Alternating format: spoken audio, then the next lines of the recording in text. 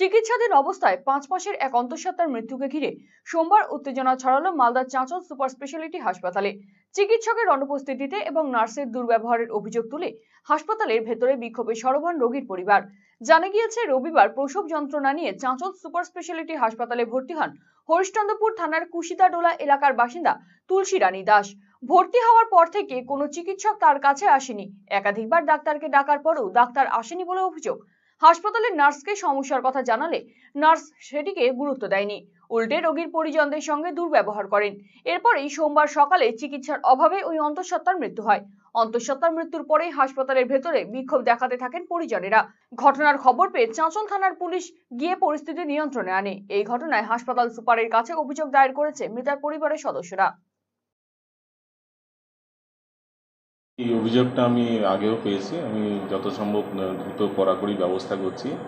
আগামী 24 তারিখ একটা মিটিংও ডাকা হয়েছে এটা নিয়ে। জেলার স্বাস্থ্য আধিকারিকরা আসবেন, তাদের সামনেই ঘটনার পুনর্বিবেচনা করে তার আলাপ আলোচনা হবে।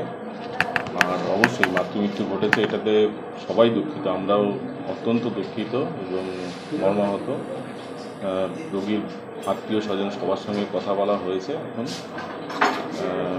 এই অবস্থা যেন পুনরাবৃত্তি না হয় সেটার জন্য আপ্রাণ চেষ্টা করা হবে হসপিটালের তরফ থেকে। হসপিটালে আসার পর ভর্তি হলো। ভর্তি হওয়ার পর স্যালাইন দিল, সুই দেওয়ার পরে আর দিদি থাকতে পারছে না। যখনই একটু থাকছে আবার চিৎকারে পেট ব্যথা ফাটে যাচ্ছে। তো ম্যামকে বলা হচ্ছে, দু একবার দেখলো, তারপরে আর অত দিচ্ছে না। আমরা তো ডাক্তার শুধু রাত্রিবেলা একবার এসেছিল, কি দেখেছে কিনা বাস দেখে একটু খালি চলে গেছে। আমার দিদি 7টা সাড়ে 7টা বাজে। হ্যাঁ, আজ সকালে 7টার দিকে একদম খুবই সিরিয়াস অবস্থা।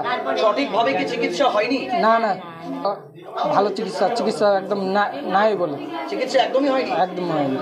চিকিৎসার গাফিলতিতে মৃত্যু। কি চাইছেন এখন আপনারা? আমরা দাবি চাই